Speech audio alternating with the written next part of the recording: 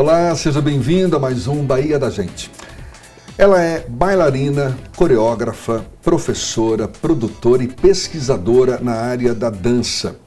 É formada em licenciatura em dança, também no curso de dançarino profissional da Universidade Federal da Bahia, onde fez especialização em estudos contemporâneos sobre dança e já participou de grandes eventos nacionais e internacionais como dançarina e também professora. É com muita honra que o Bahia da Gente recebe Joline Andrade. Muito obrigado, Joline. Obrigada. Seja bem-vinda. Obrigada pelo convite, TV Alba. Estou feliz em estar aqui hoje. Eu sei que você é paraibana, mas que abraçou a Bahia, não é verdade? Sou paraibana, mas vim para a Bahia quando eu tinha 4 anos de idade. Morei em Vitória da Conquista antes de vir para Salvador. Mas estou aqui há 10 anos em Salvador, vim por conta da Universidade de Dança UFBA. Hoje você é uma dançarina profissional. Era essa a sua pretensão desde pequenininha ou foi meio que por acaso? Então, como a maioria dos pais, quando tem seus filhos pequenos, colocam a filha numa escola de balé. Isso aconteceu comigo quando eu tinha 4 anos de idade e desde então eu não interrompi esse processo. Você se descobriu dançarina, então? Sim, acredito que meus pais viram uma aptidão que eu tinha para o movimento, para a dança, e continuaram investindo nessa área. Então, quando eu tinha meus 18 anos, eu já sabia que eu queria fazer dança e decidi fazer dança na UFBA, que é onde tem a faculdade mais antiga do Brasil, né? A escola de dança da UFBA é a escola mais antiga do Brasil, a mais conceituada do Brasil. Então, foi ótimo para mim, já estar aqui na Bahia. Você experimentou um pouquinho de cada tipo de dança? Como é que foi? Sim. Durante a licenciatura, a gente tem acesso a muita coisa, mas antes disso eu também já tinha estudado balé moderno, dança contemporânea. E quando eu era adolescente, eu entrei mais no universo das danças étnicas, que é o que eu pratico hoje, desenvolvo hoje. Danças étnicas? Isso. Que são o que exatamente? Danças étnicas são danças de povos, por exemplo. A dança indiana é uma dança étnica, danças brasileiras são danças étnicas, a dança do ventre é uma dança étnica. Então, esse universo mais folclórico étnico me despertou mais interesse e, posteriormente, eu descobri a dança tribal, que é uma dança que reúne um pouco todas essas danças. Eu até falei, né, que um dos seus projetos atuais é um curso de formação nessa área, não é? Isso. Dança tribal pega um pouquinho de cada uma dessas linguagens étnicas. Isso, é uma dança de fusão contemporânea. Ela começou a ser desenvolvida nos Estados Unidos na década de 60 com uma dançarina chamada Jamila Salimpour. Ela viajou para várias cidades do Oriente Médio, conheceu tribos étnicas e depois voltou para os Estados Unidos e fez uma tradução cultural daquilo que ela tinha conhecido. E aí, então, começou a se desenvolver essa dança tribal nos Estados Unidos, a sistematizar o que se disseminou para o mundo inteiro, esse sistema de dança desenvolvido por ela e por outras dançarinas mais contemporâneas que ela. E estudo isso hoje, ensino isso hoje, escrevi a primeira monografia do Brasil sobre esse tema. Até tenho aqui, né, que é processos de hibridação na dança tribal. Uhum. Processos de hibridação porque você foca nessa, digamos, perda de identidade também, porque uma vez, por conta dessa globalização, existe essa perda de identidade daquela dança original, aquela dança étnica, a partir do momento que você mistura, funde vários elementos? Na verdade, e foi esse o foco da sua pesquisa? Na verdade, não pela perda de identidade, mas por não enraizar essas manifestações culturais só no país ou no lugar de origem, né? A ideia de hibridação, híbrido é um termo de biologia, mas a ideia de hibridação na sociologia, ela vai muito mais no sentido de informações culturais que transitam, principalmente no universo contemporâneo globalizado, com internet e outras mídias digitais. Mas a ideia da hibridação danças étnicas, nesse processo de hibridação, é pela fusão, pela mistura, conexão dessas danças étnicas, que são basicamente 4 na dança tribal: a dança do ventre, a dança indiana, o flamenco e algumas danças do hip hop. Tem alguma coisa de yoga também? Ou Tem yoga? uma Tem influência também? muito forte no yoga no sentido de controle de respiração, de isolamento muscular, algumas técnicas corporais mais profundas. Eu ia te perguntar se era um conceito brasileiro, mas não, nasceu nos Estados Unidos. Isso. Esse conceito de dança tribal. Exato. Mas que acabou se difundindo mundo afora? Isso, uma companhia de dança chamada Belly Dance Superstars, que é bem conhecida no mundo todo, começou a trazer dentro do espetáculo dançarinas de tribal, e elas produziam DVDs nos teatros, nos maiores teatros do mundo, e esses DVDs circularam pelo mundo todo, na verdade, não só pelo Brasil. Acredito que chegou no Brasil em torno dos anos 2000, mas a produção mesmo no Brasil veio em 2010. Não tem muito tempo. Então, são poucas as dançarinas de dança tribal no Brasil. Aqui em Salvador, acredito que tenha 3, 4 ou 5. Não é uma linguagem muito conhecida, o termo tribal não é muito conhecido. Mas, para quem assiste, já identifica vários elementos culturais e vai fazendo as suas associações. Você, como pesquisadora, como coreógrafa, não fica tentada a incluir novos elementos, não? Sim. Nessa dança tribal, porque você citou aí, né? Música indiana, o flamenco, hip hop e dança do ventre. Uhum. Mas dança étnica, se a gente sair procurando por aí, é o que mais vai ter muitas mundo manifestações. afora, não é verdade? Exato. Por que foram só essas Na verdade, essas 4, basicamente, elas têm um arquétipo muito parecido. As danças pelo feminino, pelas posturas, elas são danças muito parecidas. São danças femininas, então? Basicamente femininas. Dança tribal, basicamente feminina. Mas não exclui a participação de homens também praticando e ensinando. Muitos homens praticam e ensinam a dança tribal também. Mas tem uma atmosfera feminina dentro da dança tribal. E basicamente, pelos estudos que eu fiz durante a universidade, essas 4 danças, em algum momento, elas eram uma só na África. Então, a partir dos nômades, dos ciganos que caminharam... Essa dança tribal? As danças indianas, flamencas... Elas eram únicas naquele momento, naquele território, naquele espaço. Alguns estudos dizem que começou na parte noroeste da Índia, e depois foi para a África, subiu pelo leste europeu, depois chegou na Espanha, se tornou flamenco. E agora a gente, em plenos anos 2000, a gente está unificando essas danças de novo, chamando elas de tribal. É interessante que você disse que tem pontos em comum, não é isso? Uhum. Essas danças. A gente, claro, que reservou um vídeo muito legal de Zoline, ela em sua performance, mas fique na curiosidade, porque vai ficar para o próximo bloco, tá certo? Zoline Andrade levando esse papo conosco aqui no Bahia da Gente. Voltamos já já.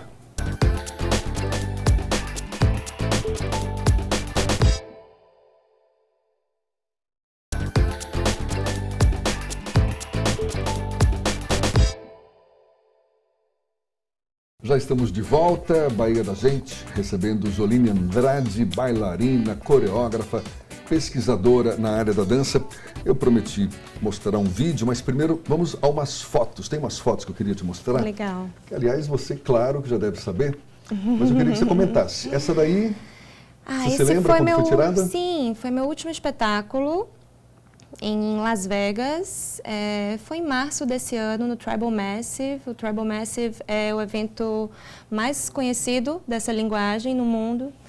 Então, as dançarinas do mundo todo se reúnem nesse evento. Dança tribal, da você está dança falando, tribal, é isso? Exatamente. Aí foi um exemplo Esse é meu solo, foi meu solo dentro do show de gala principal.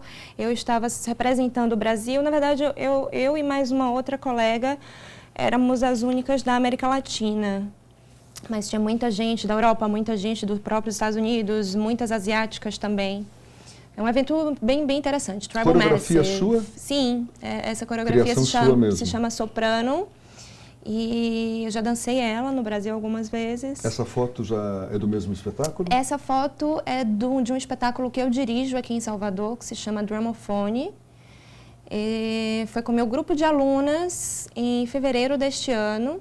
Essa coreografia se chama A Tribe Called Head. São 8 dançarinas comigo. Algumas delas já têm uma história com a dança, outras subiram no palco pela primeira vez nesse dia. Quando você define uma coreografia, Joline, além dos movimentos característicos daquela dança, né, que você está mostrando e tal, tem uma história, tem uma mensagem, além movimentos que você procura passar? Como a gente conversou, a dança tribal tem uma atmosfera feminina, onde muitos arquétipos culturais estão ali envolvidos. Então, em algumas coreografias, a gente traz esses conceitos, não há um roteiro linear, mas há uma ideia, há uma atmosfera, na verdade. A gente escolhe isso em grupo, quando a proposta é de grupo, e meus solos são muito diversificados. Esse último que a gente viu... Sim, tem um solo seu aqui. Sim. A gente vai assistindo e você comenta. Vou pedir para a produção soltar. Esse solo foi apresentado no mesmo evento, o Tribal Massive, só que no ano passado, em 2017. Eu tinha acabado de ter minha primeira bebezinha nesse dia, então o meu mote principal foi a maternidade, a feminilidade. Me baseei muito em movimentos de dança moderna e de balé clássico, além das linguagens da dança tribal. Quer dizer que aí você fez conceituou essa dança num contexto mais complexo, Sim. Não foi só com elementos de danças étnicas. Sim. Fiz essa fusão com danças modernas e clássicas e estava num processo pessoal após ter minha primeira bebezinha, né? Então Sim. A maternidade estava bem impregnada. Estava na flor da pele. Nesse trabalho, Quanto tempo durou esse solo? Ele tem 5 minutos, mais ou menos. E eu criei ele em mais ou menos 3 meses. Eu tinha tido minha bebê e 3 meses depois eu estava fazendo essa apresentação em Las Vegas. Foi muito rápido, mas consegui retornar com o corpo, com as atividades muito rapidamente também. Você disse que você começou pequenininha, não é? Com 4 anos.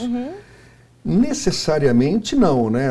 O bailarino ou a bailarina não precisa necessariamente começar pequenininho. Não. Mas para atingir esse nível seu, nível profissional, nível top, quanto tempo no mínimo de preparação, de estudo? Olha, isso varia muito porque não é uma regra você ter que começar muito cedo. Mas os esportes têm isso, né? Uma necessidade porque tem um objetivo, uma conquista de tempo, enfim, a chegar. Mas com a dança, não. A dança é um lugar de criação, não só de desenvolvimento técnico. Qual é o maior desafio, Joline, para se tornar um dançarino? Eu acho que é disciplina, assim como qualquer outro trabalho. É foco, disciplina e prática. Nada, a gente não consegue fazer nada sem repetir aquela coisa algumas vezes. Coragem de se expor também, não é? Sim, é uma arte cênica, você com certeza vai aprendendo a se expor na medida que você vai praticando. O que significa dança para você? A dança é a maneira que eu encontro de falar além das palavras, de me comunicar com alguém, com o outro, com os meus pares, além do verbo. Então, como a gente, enquanto humanos, a gente consegue fazer essa interação que não só no texto, na voz, na palavra, como a gente consegue fazer essa troca de sentimento, de ideia com o corpo.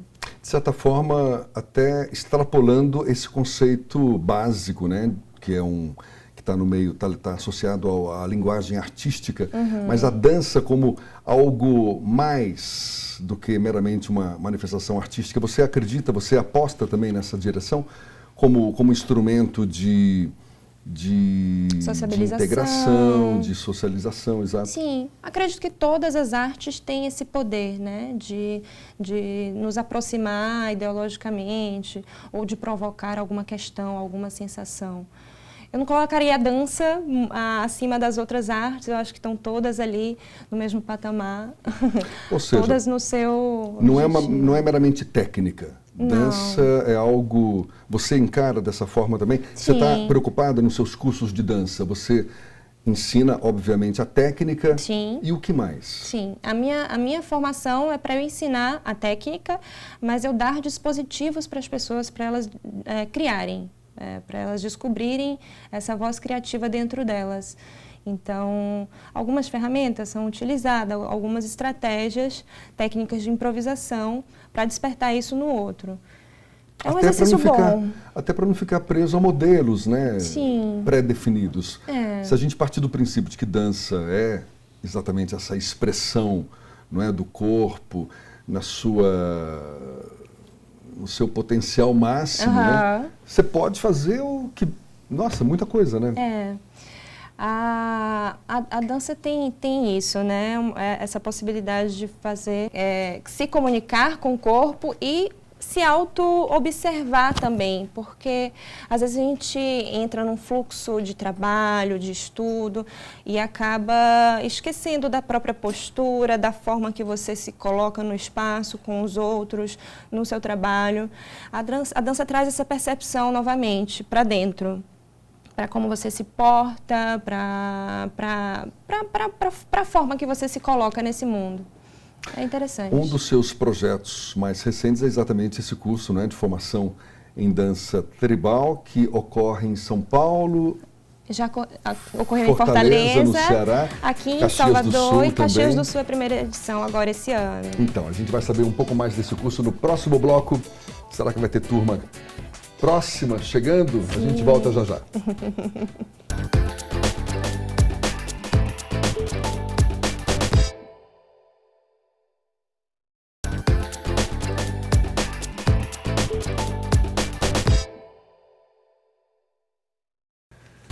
Bahia da Gente de volta, Joline Andrade levando esse papo conosco.